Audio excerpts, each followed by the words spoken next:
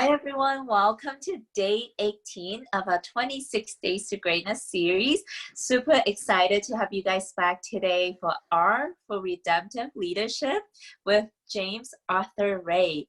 James is an author of 6 internationally best-selling books, including his New York Times bestseller, Harmonic Wealth, The Secret to Attracting the Life You Want. And he's also a co-author and contributor to The Secret. And he has worked with over 1 million people from 145 countries through his audio, video, coaching, and life and business leadership programs. And James has also appeared in multiple powerful shows like CNN, Oprah, Larry King Live, and it's just such an honor today to have James to talk about leadership and how to really just like build something amazing from the grounds up, such humble beginnings. So with that being said, James, thank you so much for being on here. Thank you, Miko. I appreciate you having me. Great. So before we get into the good stuff about redemptive leadership and what that means, why don't you take some time to share with our audience today a little bit more about your journey? How did you get to where you're at today? Well, I got to where I am through a really less than easy road, quite frankly. Anybody who knows anything about my life, and maybe your listeners do, I mean, you mentioned a little bit in the intro. You mentioned all the good stuff, which is kind of from the top of the mountain. But I've been from the peak to the pit. I started very early on, as you mentioned, humble beginnings, and I scraped and scratched for about 2 decades to get to the top of my field. And I was really blessed to be there.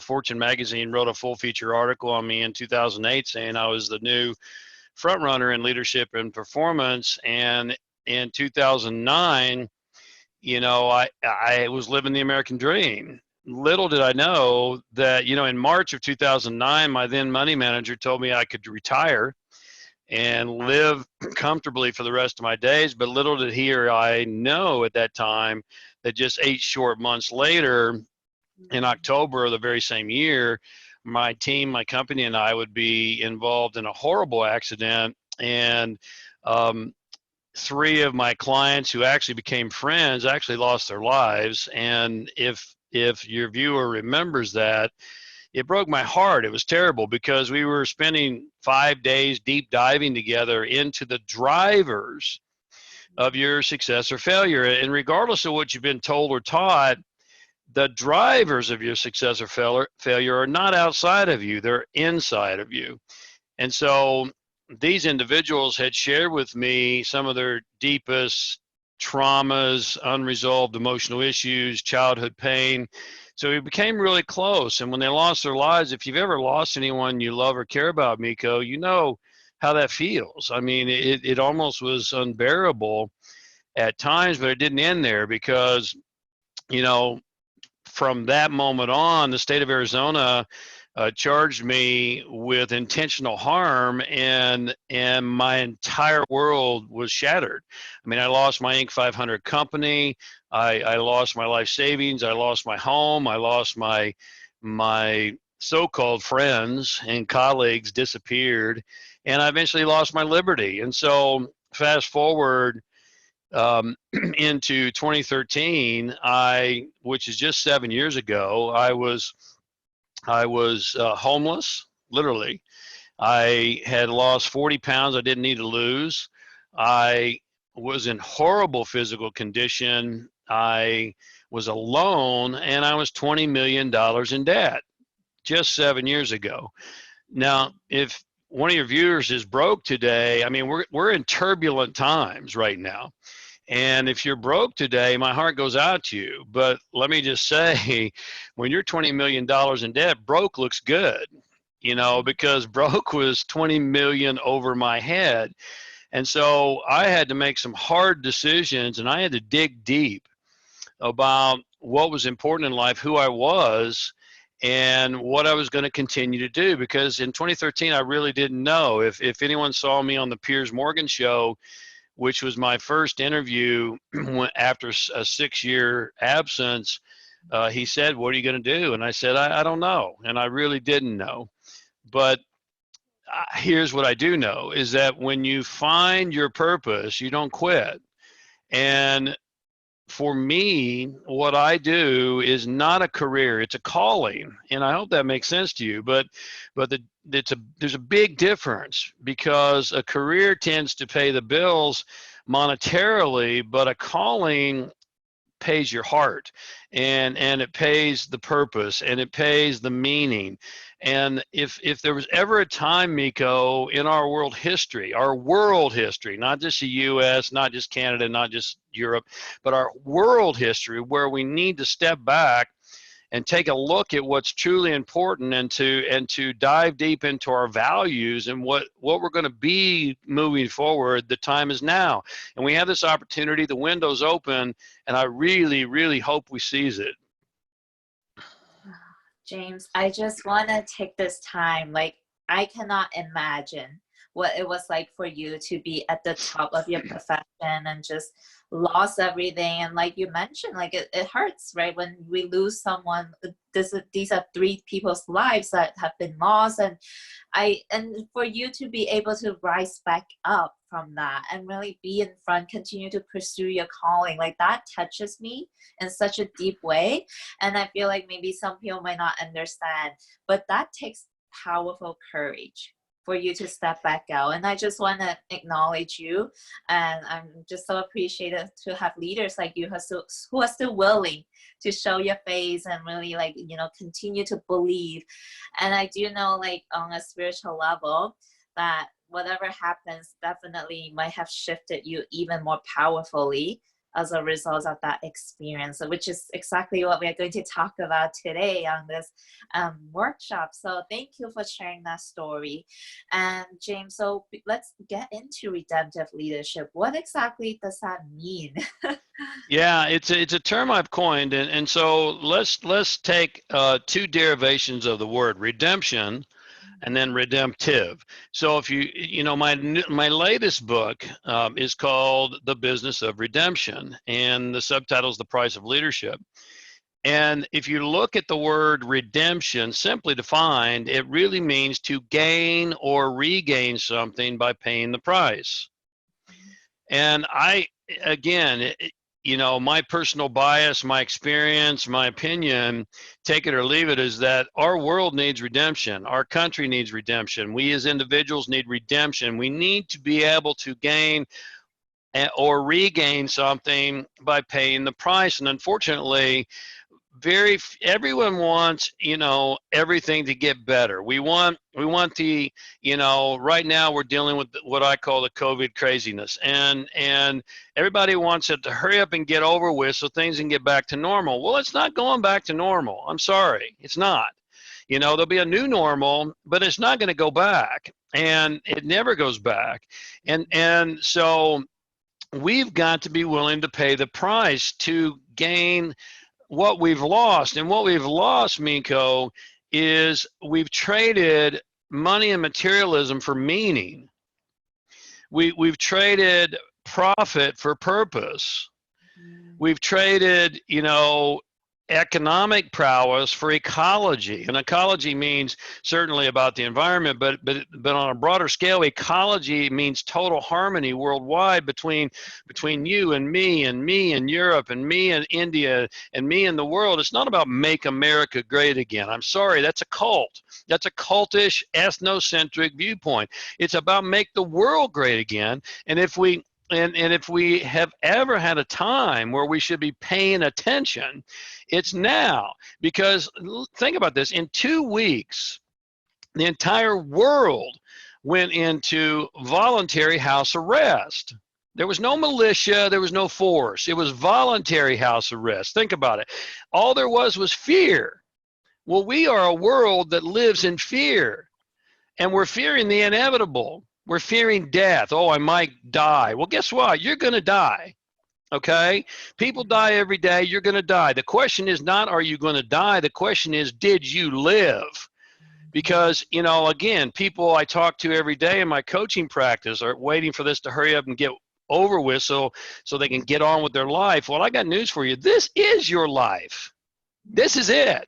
And I had to learn that in spades during my whole tsunami, and the whole meltdown. I had to sit in solitary confinement with just four concrete walls, no window, no books, no writing utensils, no anything, just me and God. And I had to get deep and decide what's really important. Who am I and what I'm going to live for? That's redemption. And it's time for us to redeem our character. It's time for us to redeem our values. It's time for us to make a shift and change the conversation. Now, you can tell I get fired up about this because it's my life. I've lived it. I'm not reading it in some book. I'm living it. Now, the word redemptive means it defined as to save yourself or others from evil or error. Well, hopefully that makes sense. Redemptive leaders, we don't have redemptive leaders right now. We have leaders who are all about money, all about economics, all about, power and control. And that's error. And it's also evil. And evil sounds like an intense word, but I said all the way back in my New York Times bestseller, Harmonic Wealth, evil is just the word live spelled backwards. So to be evil is to live in a backwards way, to live out of alignment with universal law, to not understand what life is really all about, because not one of us ever came to the end of life. And this is we hear this all the time, but it's worth hearing again.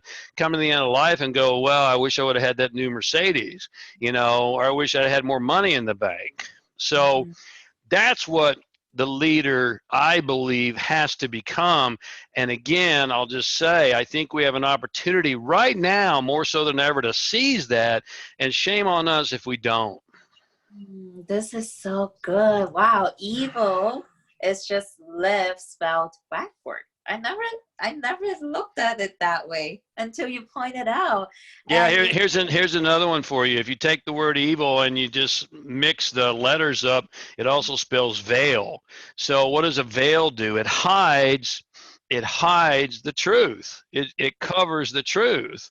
And again, it's time right now for us to see things clearly. The Buddha said one of the greatest causes of all human suffering is that we don't see the world exactly as it is. Yeah.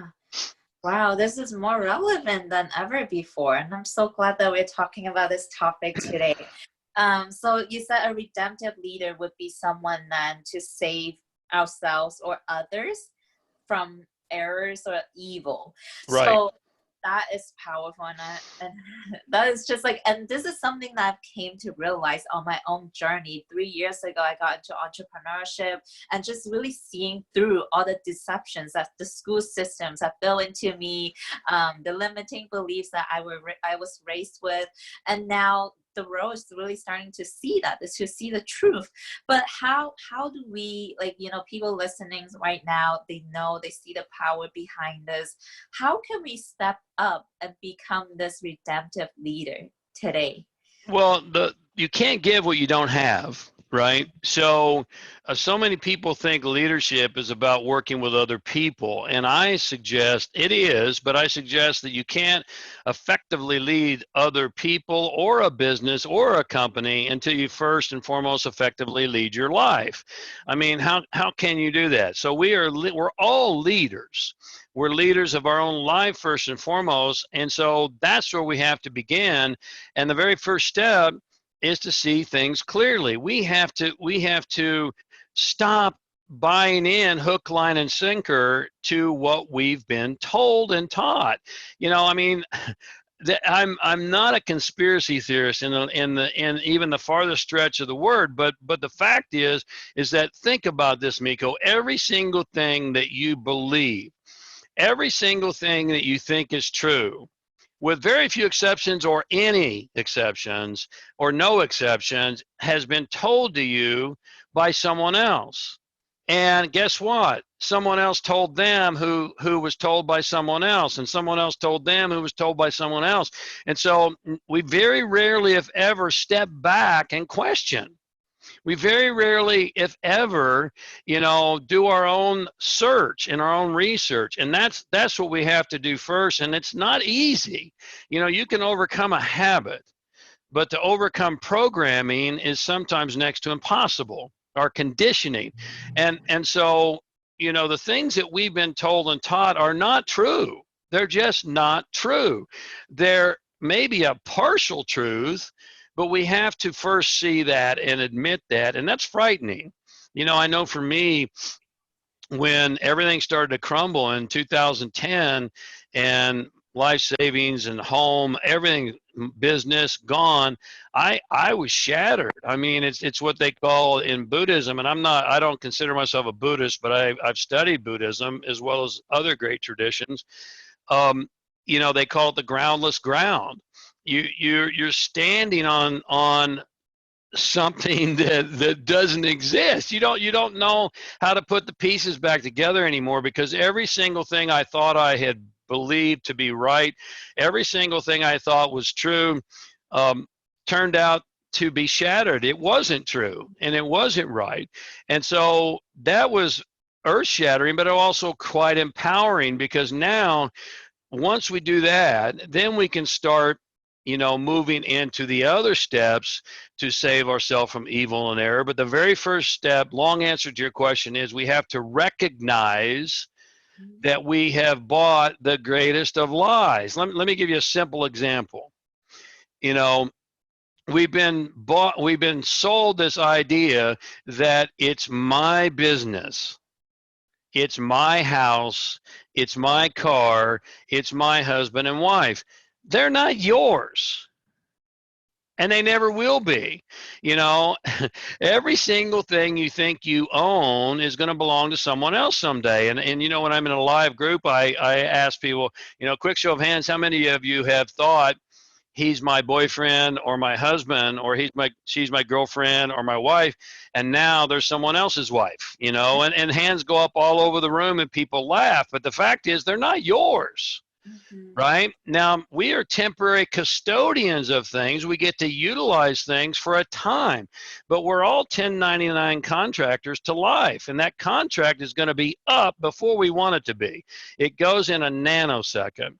So when we stop and start to question, Socrates said that when the questions become more important than the answers, then the answers will appear. That's the first step, and then we can go to other steps, but we've got to do that one first, and it's often the most difficult, Miko. Wow. So first step is just really acknowledging, Recognize. Recognizing that we've bought hook, line, and sinker. The true definition of ignorance has nothing to do with education or money, or mentality. The true definition of ignorance, in my opinion, is buying hook, line, and sinker without question what you've been sold. So this is good, right? So now, say listeners listening right now, they really recognize like a lot of the things that they thought were the truth turns out to be not really true. So how does that process looks like? How do they start to see what is actually reality?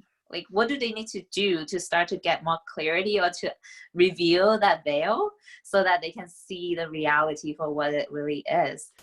Well, this is so, as you mentioned a moment ago, there's never been a more timely time. Who of us thought that we would be where we are right now during this COVID craziness? And who would have thought, that we came into 2020 and we had goals and we had visions and we had plans and things were kind of going, and then boom, who would have thought?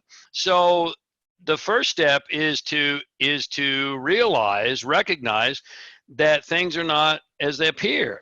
Secondly, then we need to start to remember who we are. We are not physical bodies, right? We are infinite potentiality. We are infinite consciousness. We are infinite possibility, having and a physical experience. And science proves this now. I mean, Max Planck, the father of quantum physics, not a new age guru, not a personal development person, not a spiritual teacher, the father of quantum physics says mind is the matrix of all matter. Now, and he said that all the way back in the 50s. And we still don't get it. You know, we're not our bodies. And yet, why are we in voluntary lockdown? Because we're afraid that, and we self-identify with this small human body self instead of who we really are, which is infinite. We're just a point of expression in an infinite sea of consciousness. And when we start to explore that, easier said than done because of conditioning. Remember, I say conditioning is sometimes next to impossible to come out of. But when we start to do that and we start to question and we start to remember the things we've forgotten to remember, then we can start to ask better questions, okay? Not, am I gonna die? Yes, physically you're gonna die. Spiritually, no. Energy can never be created or destroyed. That's thermodynamics, you know, but physically, yes. So get over it. Get on with it and quit. You know, we're trading a momentary fear of a possibility of getting a virus for long-term suffering that's going to affect us for the rest of our days. And that's all fear-based. People in fear give their power away. People in fear are easy to control and predict. And so when we start to question, then we start to ask better questions. And, you know, the next thing is what I call, and I would deal with my clients, I call it beginning at the beginning. And what I mean by this is that you go all the way back to your earliest childhood memory and ask yourself, what have I always been good at? You see, Howard Gardner from Harvard University says we're all a genius in at least one area. The problem is that our school systems has failed us miserably. Our school systems have taught us to be automatons, to read, remember, repeat. They have not taught us to think uniquely. They have not taught us to think for ourselves. They've taught us to read, remember, and repeat. And the people who comply the best get the best grades. But the reality is that you're a genius in at least one area, according to Harvard research.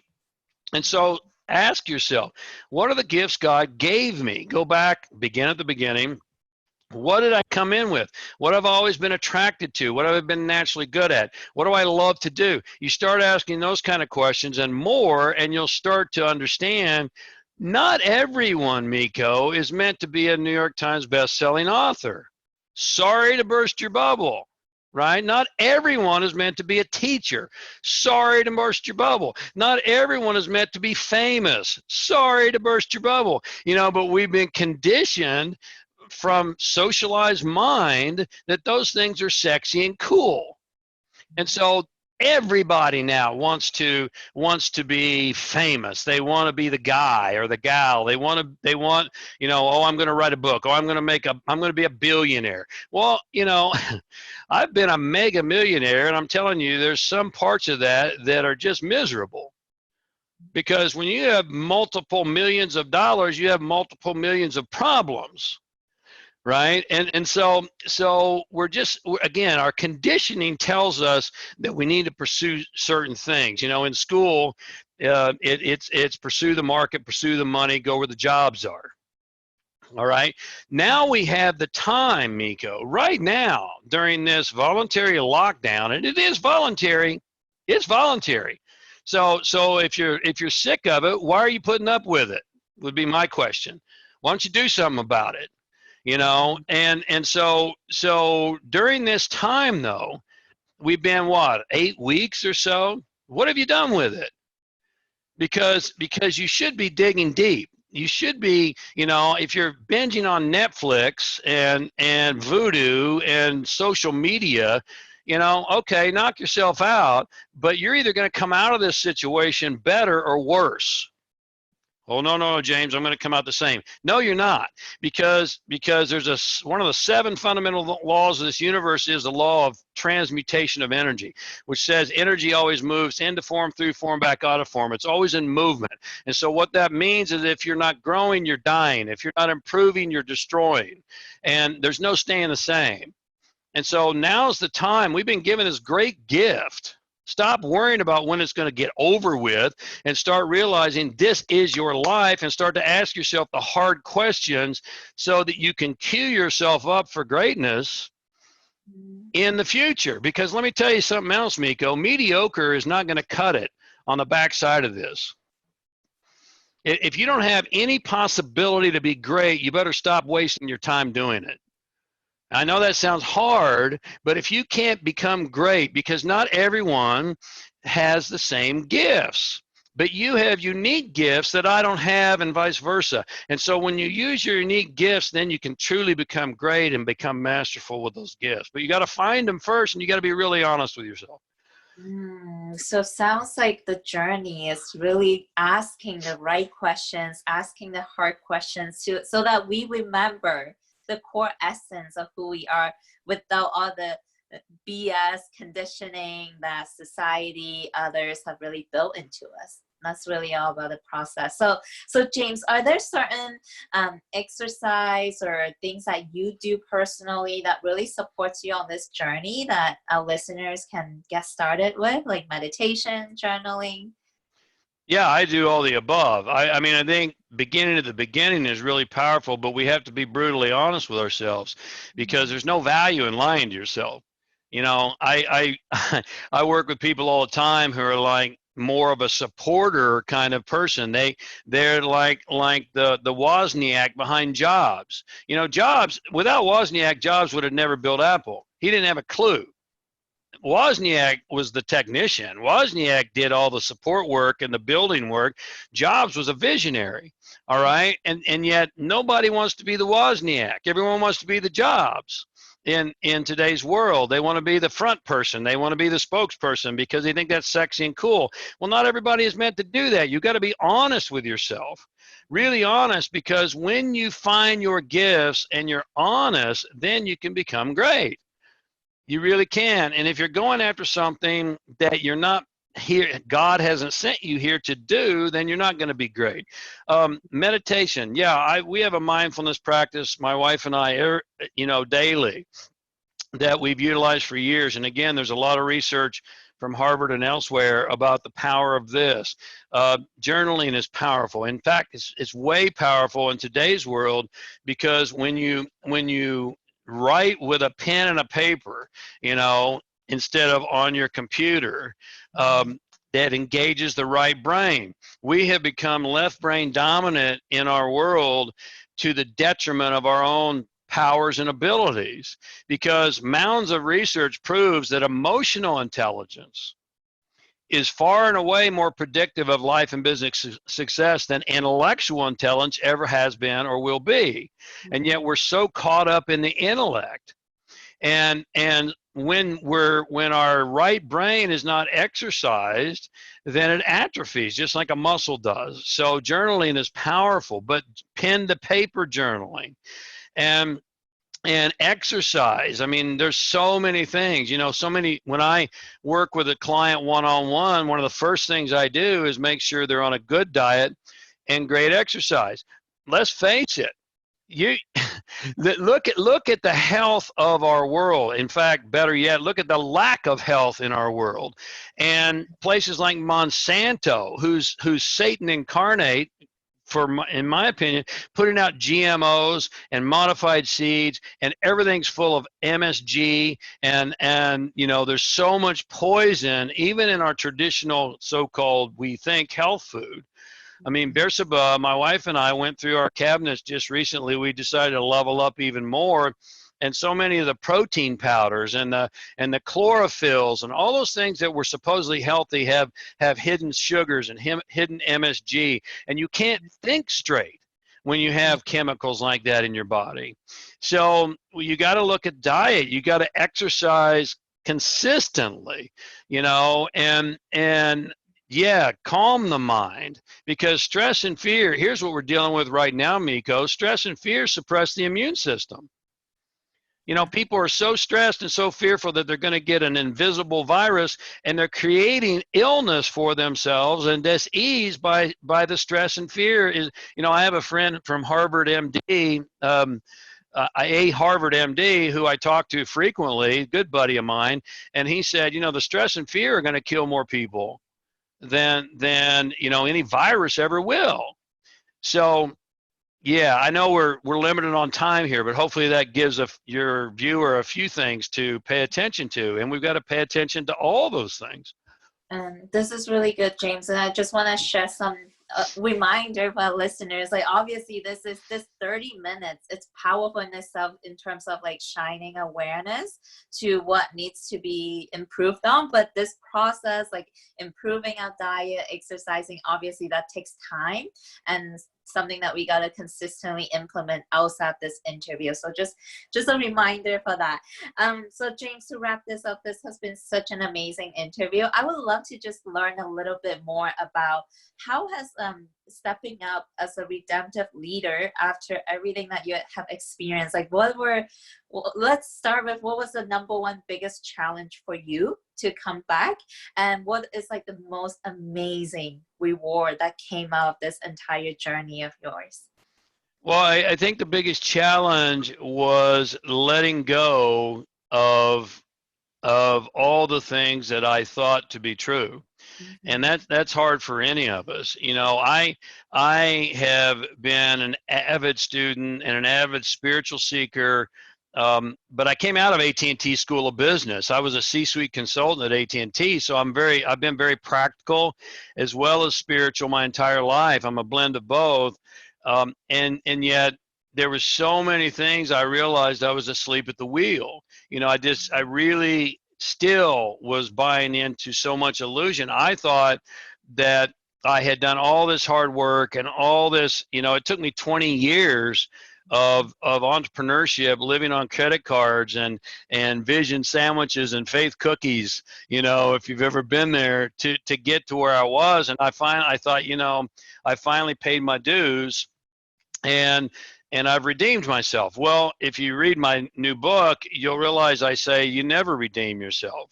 It's a constant, continuous process of redeeming yourself at greater and greater levels. Redemption never ends to pay the price for the prize. And so the bigger the prize you're going after, the bigger price you have to pay. And I've paid a tremendous price. The flip side of that is, to your other part of your question, is I'm a much better human being. You know, I'm more compassionate, I'm more aware, I'm more loving, I'm more connected. You know, I really have totally shifted my perspective, having all these millions and this house in Beverly Hills and all that stuff. I'm grateful for it, but you know, here's the bottom line, and this is a big realization for most of us. The only thing, Miko, that has true and lasting value is that which cannot be touched or taken away. If it can be lost or taken away, then it really doesn't have any value. And so if you get right down to it, the only thing that can't be lost or taken is not outside of you. It's who you become inside, and what you own inside, and how you remember who you really are and why you're here. Oh, this is so beautiful. So what I took out of this, James, really this redemptive leadership process is all about shedding away all parts of who we thought we were, but weren't now true, and really returning home to the true essence of who we are. That's what I got out of it. And that is Yeah, so it's the actual and real self-awareness. Big S self, not little self, personality self, but the big S self, capital S self, of who we really are, which we started off with by saying, you know, this infinite potential, infinite consciousness, you know, we're from this sea of possibility, and we're just here having an experience, and you're having yours and I'm having mine, but we're really connected. And again, I won't I could riff forever. I mean, quantum physics tells us that we're all quantum entangled and non-locally connected. So, so yes, absolutely. Oh, this is so great. And I absolutely resonate with everything that you just talked about. And I'm sure so many of our listeners, if they're here, they'll be in resonance. And it's just exciting to see more and more people awakening to the deeper truth, awakening to who they are beyond this physical body. So, James, I just want to acknowledge you again. Thank you so much for being a part of this series and really shedding your powerful wisdom and your insight with our listeners today. And if they would love to continue to learn from you, stay connected, how can they find you online? JamesRay.com is the best way. Of course, I'm on all the social media platforms, James Arthur Ray, on Instagram, Facebook, Twitter, James A. Ray. But JamesRay.com is the website. And as we talked earlier, right now, Beersheba and I stepped back during all of this, and we said, how can we support more people in a deeper, broader way who are facing these tremendous fears and challenges?